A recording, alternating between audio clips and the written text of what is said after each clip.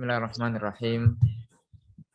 Assalamualaikum warahmatullahi wabarakatuh.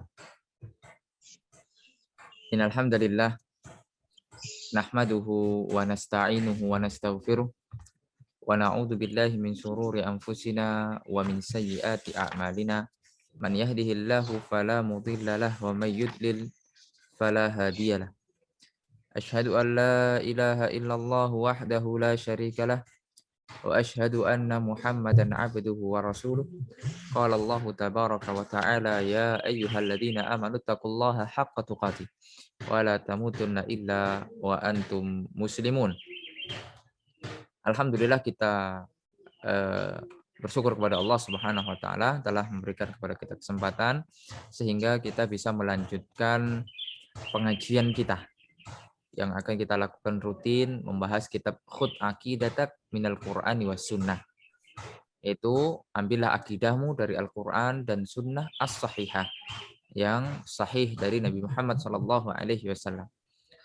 Setelah kemarin di pertemuan pertama kita menjelaskan ya beberapa penjelasan atau biografi dari penulis kitab yaitu Syekh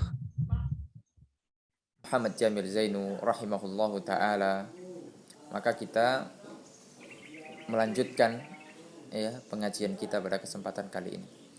Kita putar sedikit ya, bahwasanya kemarin kita membaca muqaddimah ya. Kita juga sebutkan bahwasanya orang yang diberi hidayah oleh Allah tidak akan bisa ada orang yang menyesatkannya. Begitu juga sebaliknya, ketika orang sesat ya tidak bisa diberi hidayah oleh siapapun. Ya, sebagaimana terjadi pada Abu Thalib, paman Rasulullah sallallahu alaihi wasallam. Kata Allah, innaka la tahdi man ahbabtah, walakinallaha yahdi man yasha. Wahai Nabi Muhammad, kamu tidak bisa memberikan hidayah kepada orang yang kamu cintai. Akan tapi Allah lah ya yang memberikan hidayah bagi siapa yang Allah kehendaki. Ikhwani fiddin rahimani wa rahimakumullah. Itulah ayat yang turun tentang Abu Thalib ya. Dan perlu diketahui bahwasanya hidayah itu dibagi oleh para ulama menjadi dua. Yang pertama adalah hidayatul irsyad, dan hidayatul irsyad ini bisa kita miliki ya, kita bisa melakukannya. Hidayatul irsyad adalah menunjukkan kepada kebaikan. Seperti sekarang kita ngaji ya, kemudian antum menunjuki anak antum ya, mengajari anak antum ini seperti ini seperti ini. Maka itu dimiliki oleh setiap orang. Setelah kita menyebutkan bahwasanya Nabi Muhammad SAW tidak dapat memberikan hidayah kepada pamannya, sehingga turun firman Allah Subhanahu wa taala, innaka la tahdi man ahbabta walakinallaha yahdi man yasha. Bahwasanya engkau wahai Nabi Muhammad SAW tidak bisa memberikan hidayah kepada orang yang engkau cintai, akan tapi Allah memberikan hidayah kepada siapa yang Allah kehendaki. Dan para ulama membagi bahwasanya hidayah itu terbagi menjadi dua, yaitu hidayah al-irsyad. Hidayah al-irsyad kita bisa melakukannya ya, para dai, ustadz-ustadz, para ulama ya, kemudian mungkin orang tua kepada anaknya, para guru-guru kepada murid-muridnya ya, menunjukkan kepada kebaikan. Itu hidayah al-irsyad. Adapun yang kedua adalah hidayah itu taufik, yaitu hidayah bagaimana orang itu menerima kebenaran, dan itu murni hanya milik Allah Subhanahu wa taala. Allah yang menghendaki hidayah itu taufik. Maka ketika kita berdakwah ya, maka kita hanya menyampaikan kebenaran, menyampaikan syariat Allah, menyampaikan hadis-hadis Rasulullah sallallahu alaihi wasallam. Adapun manusia menerima atau tidak itu hanya urusan Allah Subhanahu wa taala. Karena Allah yang Maha membolak-balikkan hati manusia. Ma'asyiral muslimin rahimani wa rahimakumullah. Kita kemarin sampai pada pembahasan tentang fahadhihi as'ilatun hammatun. Ini adalah soal tanya jawab ya, hammah ya. Jadi bentuknya kitab ini adalah tanya jawab. Ya, jadi ada soalnya, kemudian beliau jawab. Beliau membuat soal, beliau jawab. Fil aqidati, ya, dalam masalah akidah. Kita kemarin sudah jelaskan secara singkat apa itu akidah, ya. Perbedaannya dengan tauhid, manhaj dan sebagainya. Ujibu 'alaiha, dan saya menjawabnya ma'adzikrid dalil, dengan dalil-dalil minal Qur'an wal hadis, dari Al-Qur'an dan hadis. Tentunya hadis yang sahih. Lihat ma'innal qari, agar para pembaca merasa hatinya tenang. Ya, ila sihhatil jawab, karena yang disampaikan tidak lain adalah nas dari Al-Qur'an dan sunnah. Lianna aqidat tauhid, karena akidah tauhid asasu sa'adatil insan, adalah pokok kebahagiaan bagi seorang manusia, fid dunya wal akhirah, di dunia dan di akhirat. Orang-orang yang bertauhid, orang-orang yang merealisasikan akidah yang benar, manhaj yang benar, maka dialah menjadi orang yang bahagia di dunia maupun di akhirat. Bahagia itu ukurannya ada di hati, bukan pada kekayaan, bukan pada banyaknya harta, bukan dengan tingginya jabatan, bukan dengan banyaknya pernak-pernik duniawi, bukan itu. Tapi kebahagiaan letaknya ada di hati seseorang. Percuma jika dia memiliki harta yang banyak dan jabatan yang tinggi, akan tapi tidak bahagia hatinya, sengsara karena tidak bertauhid, karena tidak merealisasikan ibadah kepada Allah Subhanahu wa taala. Wallaha as'alu ayyanfa'a biha al-muslimina wa yaj'alaha khalisatan lillahi ta'ala. Kemudian beliau berdoa semoga apa yang beliau tulis ini bermanfaat bagi kaum muslimin dan menjadikan tulisan ini ikhlas karena Allah Subhanahu wa taala. Semoga dengan kita bahas ya kitab-kitab beliau, kemudian dibahas di mana-mana kitab-kitab ini, menjadikan atau pertanda bahwasanya beliau menulisnya dengan ikhlas karena Allah Subhanahu wa taala.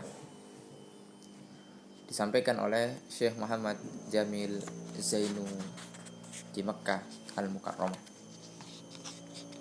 Itulah singkat ya, muqaddimah yang sudah kita baca tentang bagaimana kebahagiaan orang-orang bertauhid. Lalu kita masuk pada pertanyaan yang pertama. Pertanyaan yang pertama adalah haqqullahi 'alal ibad. Hak Allah atas para hambanya. Hak Allah atas para hambanya. Jadi Allah memiliki hak ya, atas para hambanya. Soal yang pertama, limadza khalaqana Allah? Kenapa atau untuk apa Allah menciptakan kita? Kemudian jawabnya adalah khalaqana lina'budahu wa la nusyriku bihi syai'ah. Ya. Kita diciptakan oleh Allah Subhanahu wa taala untuk beribadah kepadanya dan tidak berbuat syirik.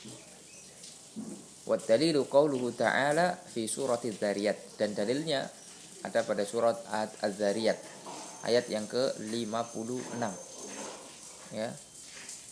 Allah Subhanahu wa taala berfirman, "Wa ma khalaqtul jinna wal insa illa liya'budun." Dan tidaklah aku ciptakan jin dan manusia kecuali untuk beribadah kepada Allah Subhanahu wa taala.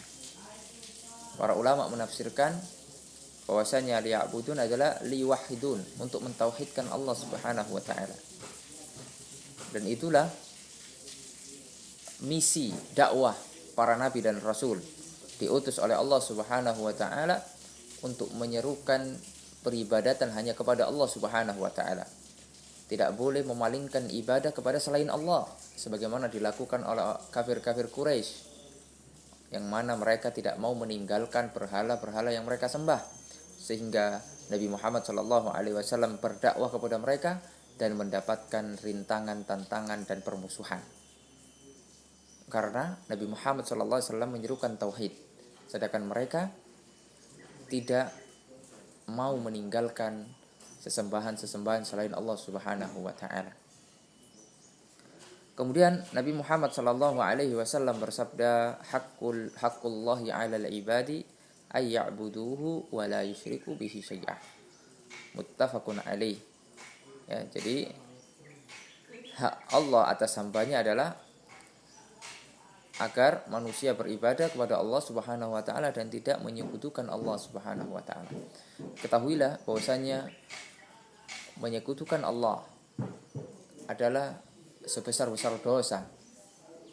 Sebagaimana yang difirmankan oleh Allah Subhanahu wa taala, inna syirka la dzulmun adzim. Bahwasanya kesyirikan adalah kezaliman yang sangat besar.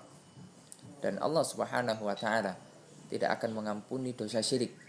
Orang-orang yang mati di atas kesyirikan, mereka kekal selama-lamanya di neraka. Innallaha la yaghfiru ayyushraka bihi wa yaghfiru ma duna dzalika liman yasha. Allah Subhanahu wa taala tidak akan mengampuni dosa syirik dan mengampuni dosa selain syirik. Innahu may yusyrik billah faqad harramallahu 'alaihi al-jannah wa ma'wahu an-nar. Ya, Allah Subhanahu wa taala mengatakan, barang siapa yang berbuat syirik kepada Allah, maka Allah haramkan baginya surga dan tempatnya ada di neraka. Inilah ancaman dari Allah Subhanahu wa taala. Dan kesyirikan menjamur di negeri kita, wal iyadu billah. Oleh karenanya kita sebagai umat Islam harus belajar tauhid, harus memperkokoh akidah kita agar terhindar dari kesyirikan. Kita tidak boleh merasa aman daripada kesyirikan, karena kesyirikan berada di sekitar kita, baik syirik kecil maupun syirik yang besar. Syirik yang besar sering kita jumpai banyak orang-orang yang beribadah kepada selain Allah, meminta-minta kepada orang yang mati, meminta-minta kepada kuburan, ya, meskipun dengan dalih hanya tawassul dan yang lainnya. Banyak sesaji-sesaji dipersembahkan ke laut, ke pepohonan, dan yang lainnya. Ini adalah kesyirikan besar yang dilakukan oleh banyak manusia, dan manusia tidak menyadarinya, dengan dalil bahwasanya itu adalah kearifan lokal, adat istiadat, dan yang semacamnya. Ketahuilah ma'asyiral muslimin, ikhwan fiddin rahimani wa rahimakumullah, bahwasanya itu adalah kesyirikan, bentuk durhaka kepada Allah Subhanahu wa taala. Oleh karena kita harus terus dakwah tauhid.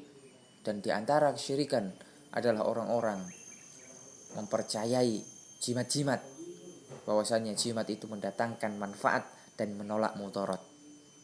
Biasanya ditempel di rumah-rumah untuk agar tidak dimasuki oleh perampok, misalnya ada di atas pintu. Kemudian ada di dompet agar uangnya tidak hilang, ada di tempat kotak-kotak toko-toko, ya, di kotak tempat penyimpanan uang yang ada di toko agar dagangannya laris. Ini semua adalah bentuk kesyirikan yang mana ketika orang melakukan itu, maka dia telah durhaka kepada Allah dan melakukan dosa yang sangat besar. Oleh karenanya jika kita menjumpai dari keluarga kita yang melakukan seperti itu, maka itu adalah prioritas dakwah kita. Jangan sampai keluarga kita terjatuh ke dalam kesyirikan. Kemudian baru dakwah yang lainnya. Ya, dakwah tauhid adalah dakwah yang utama. Oleh karenanya Nabi Muhammad SAW ketika mengutus Mu'adz bin Jabal ke negeri Yaman, beliau mengatakan bahwasanya awal yang akan engkau dakwakan yaitu tentang tauhid, agar manusia beribadah hanya kepada Allah dan meninggalkan kesyirikan. Baru setelah itu diajarkan sholat, diajarkan lagi zakat, diajarkan lagi puasa, dan yang seterusnya. Jadi tauhid ditanamkan dahulu di hati-hati manusia. Dan ketika Nabi Muhammad SAW berdakwah di kota Mekah, ya, selama kurang lebih 13 tahun, beliau menyerukan orang-orang agar bertauhid kepada Allah, sehingga menghasilkan generasi emas para sahabat yang memiliki jiwa-jiwa yang bertauhid kepada Allah. Orang-orang yang memiliki akidah yang benar, keyakinan yang benar, tauhid yang benar, maka ketika datang perintah Allah, ketika datang seruan Allah Subhanahu wa taala, baik di dalam Al-Qur'an atau melalui lisan Rasulullah sallallahu alaihi wasallam, maka orang-orang yang bertauhid pantang untuk menolaknya, pantang untuk mundur. Mereka bersemangat untuk mengamalkan firman Allah dan hadis-hadis Rasulullah sallallahu alaihi wasallam menurut tuntunan para ulama rabbani. Ma'asyiral muslimin rahimani wa rahimakumullah. Itulah ya hak Allah atas hambanya.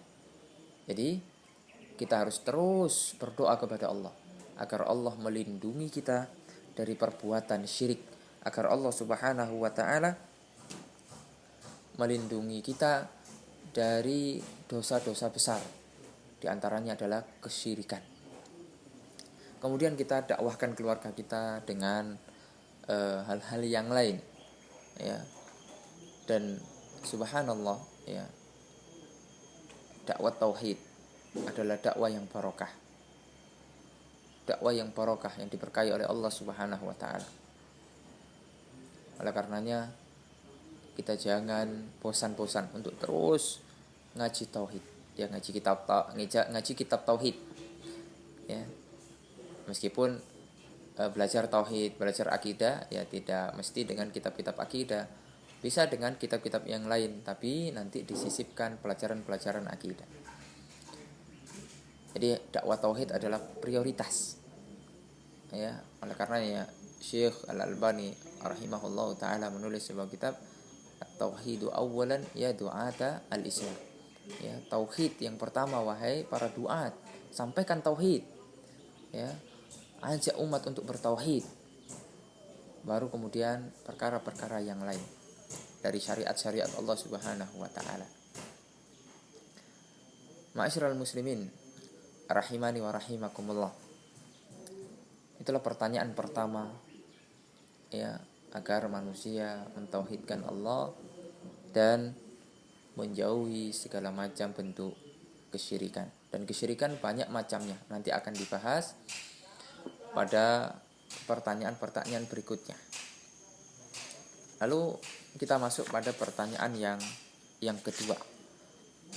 Ya, mahia ala ibadah. Apa itu ibadah?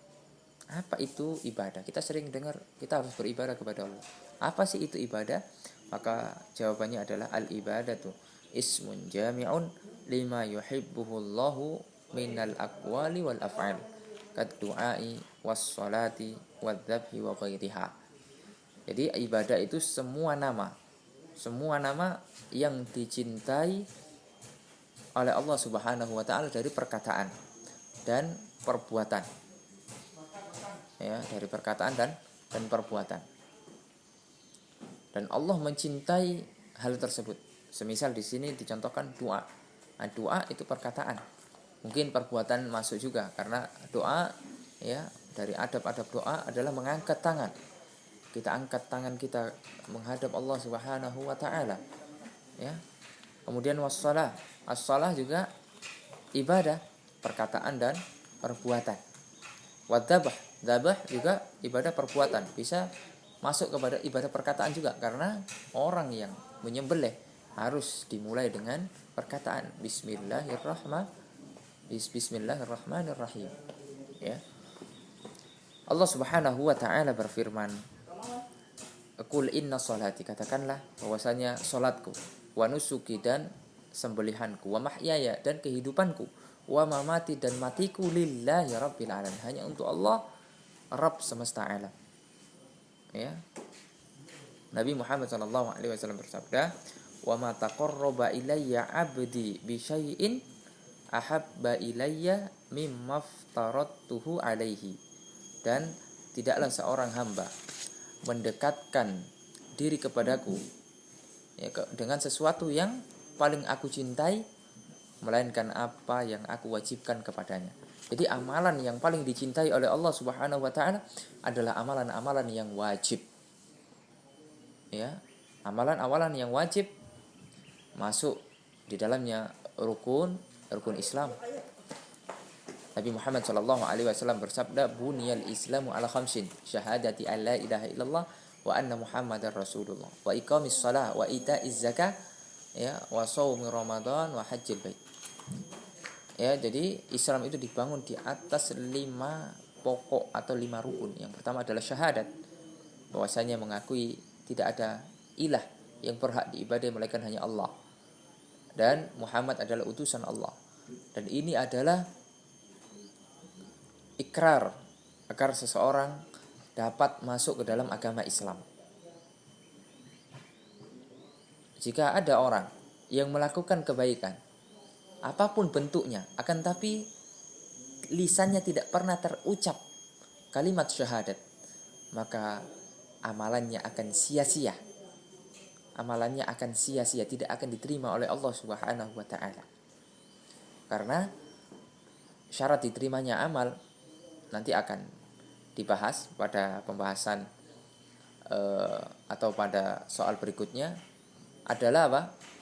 Beriman kepada Allah, bertauhid kepada Allah, yaitu mengakui bahwasanya hanya Allah yang berhak disembah dan Nabi Muhammad adalah utusan Allah. Oleh karenanya jika ada orang melakukan amalan soleh, ya, menurut syariat Islam itu adalah amalan soleh, tapi dia belum ikrar syahadat dengan lisannya, maka amalannya sia-sia, tidak akan diterima oleh Allah Subhanahu wa taala. Sebagai ilustrasi untuk memberikan pemahaman yang lebih dekat, ya, ada seseorang, dia tidak pernah mendaftar di satu universitas, misalnya Universitas Islam Madinah misalnya, ya.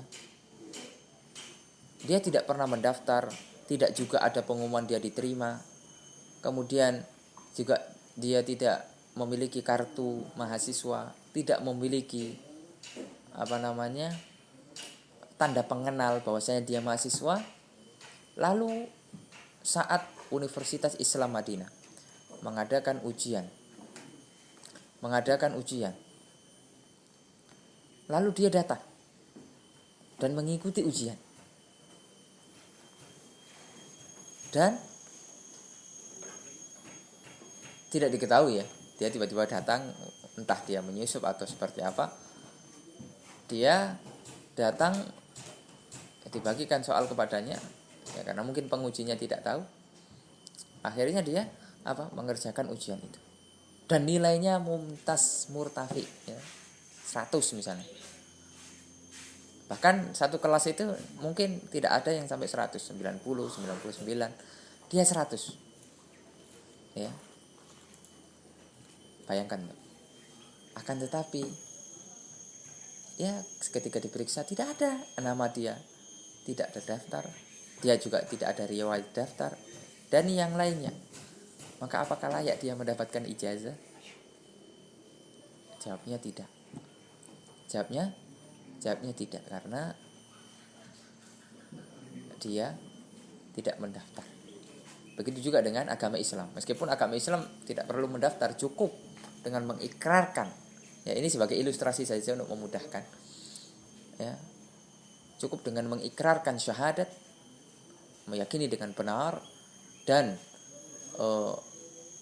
mau mengikuti konsekuensi dari syahadat tersebut, maka dia telah menjadi muslim, ya, menjadi orang Islam. Itulah keindahan agama Islam. Ma'asyiral muslimin rahimani wa rahimakumullah. Semoga Allah Subhanahu wa taala memberikan kita istiqomah dan memberikan kepada kita kekuatan, ya, untuk terus berdakwah, untuk terus menyerukan kebaikan di zaman fitnah. Sekarang ini zaman fitnah, karena akhir zaman, ya, penuh dengan fitnah. Dan fitnah ada dua, kata para ulama, fitnatus syahwat dan fitnatus syubuhat.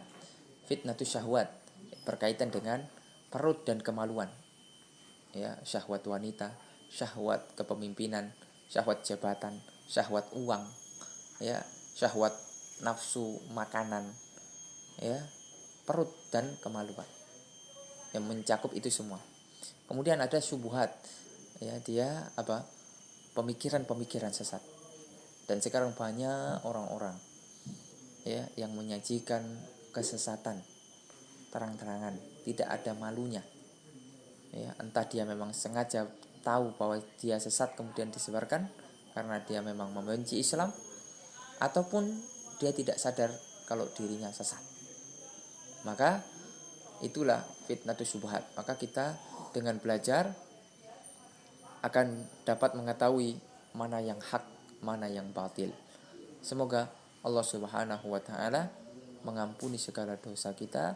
Semoga Allah Subhanahu wa taala memberikan kepada kita istiqamah sampai kita diwafatkan oleh Allah Subhanahu wa taala untuk berada di atas manhaj salaf, manhajnya para sahabat radhiyallahu anhum ajma'in, dan manhajnya para tabi'in, tabi'ut tabi'in, dan a'immal arba'ah, dan orang-orang yang mengikuti mereka dengan baik.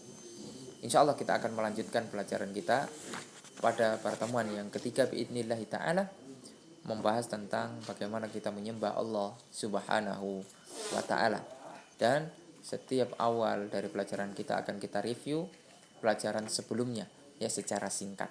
Semoga dengan ini kita bisa terus belajar, bisa terus semangat di dalam menuntut ilmu dengan segala macam keterbatasan yang ada. Dan sekarang fasilitas menuntut ilmu sudah luar biasa, kita harus manfaatkan dengan baik. Jangan sampai fasilitas yang kita miliki menjadi hujah atas kita, yaitu kita tidak memaksimalkannya, kita tidak menggunakannya untuk kebaikan. Wassallallahu ala nabiyyina Muhammad wa ala alihi wa sahbihi wasallam. Subhanakallahumma wa bihamdika asyhadu an la ilaha illa anta astaghfiruka wa atubu ilaik. Wassalamualaikum warahmatullahi wabarakatuh.